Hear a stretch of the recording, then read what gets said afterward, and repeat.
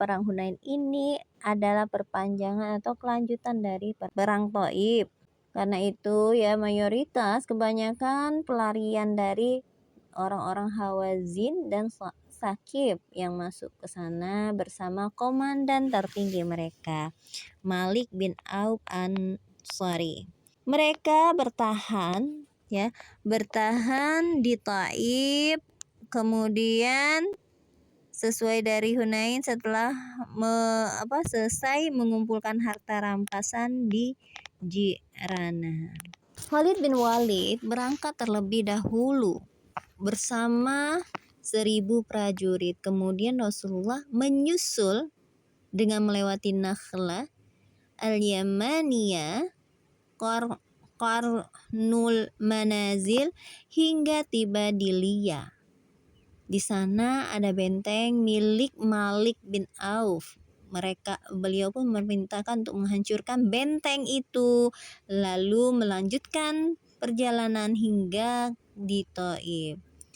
Nah, Rasulullah setelah sampai, beliau itu berhenti tidak jauh dari benteng yang ada di Thaif itu dan berkumpul di sana. Kemudian beliau memerintahkan untuk mengepung benteng. Pertempuran ini cukup lama. Dalam riwayat Muslim, tempo pengepungan selama 40 hari.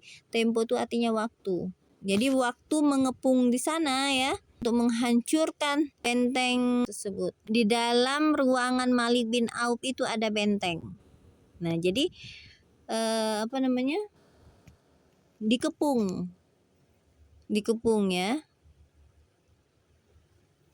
selama orang-orang Muslim selama 40 hari. Tapi ada yang menuliskan bahwa hanya 20 hari, ada juga yang mengatakan 18 hari, ada juga 15 hari dan 10 hari. Nah, selama pengepungan itu terjadi, serangan anak panah, lontaran peluru itu berdatangan silih berganti. Pada awal pengepungan, orang Muslim mendapatkan serangan anak panah yang bertubi-tubi ya. Cukup banyak orang Muslim itu yang cedera dan 12 yang meninggal dunia. Ini membuat mereka itu beralih ke tempat yang lebih tinggi. Tepatnya dirikannya Masjid Thaif saat ini. Mereka pun bermarkas di sana, tetap di Thaif, tapi mencari tempat yang lebih tinggi yaitu Masjid Thaif yang saat ini didirikan Masjid Thaif. Nabi memasang manjanik.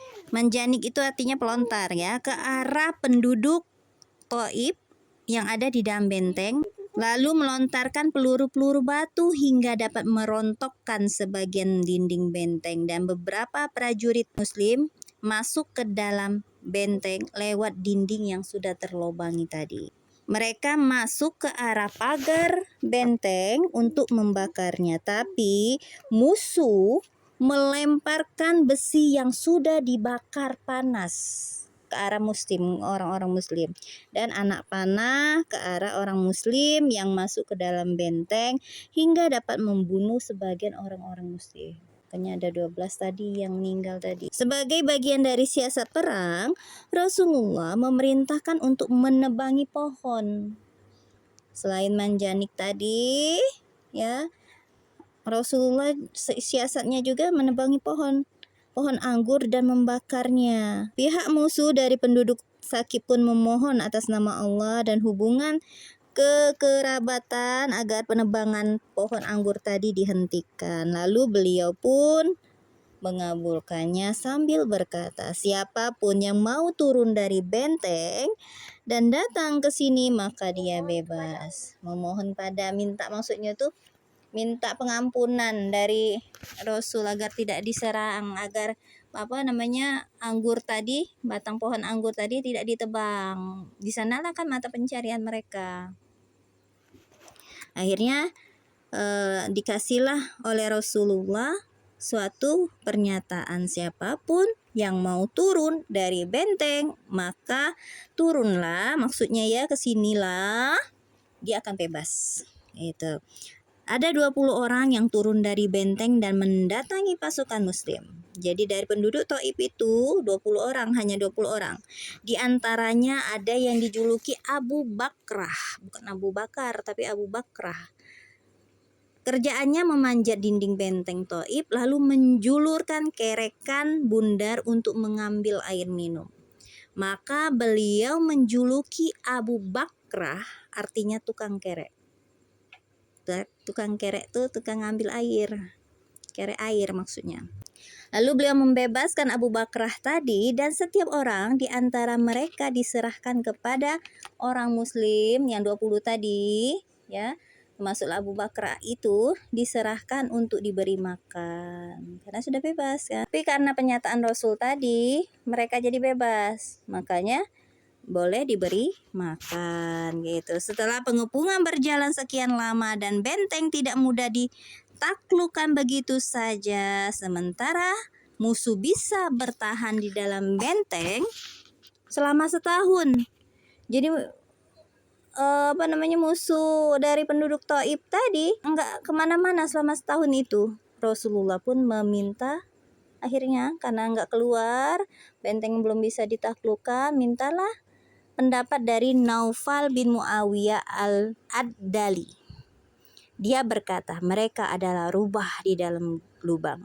Jika engkau tetap mengepung mereka, maka mereka akan bertahan.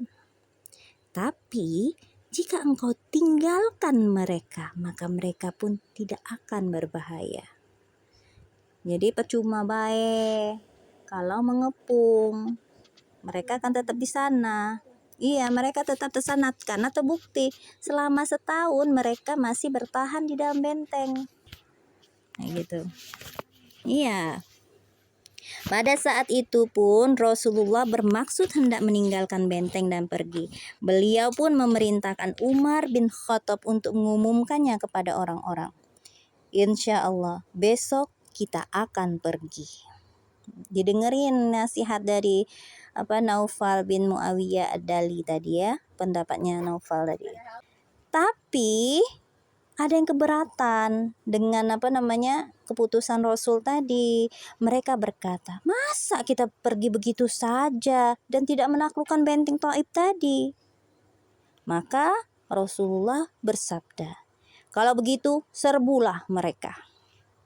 Ya nggak mau dengerin. Sudah diperintahin kayak gitu, putusan Rasul malah ngeyel. Tapi justru serbuan dari orang-orang yang ngeyel tadi membuat banyak orang terluka.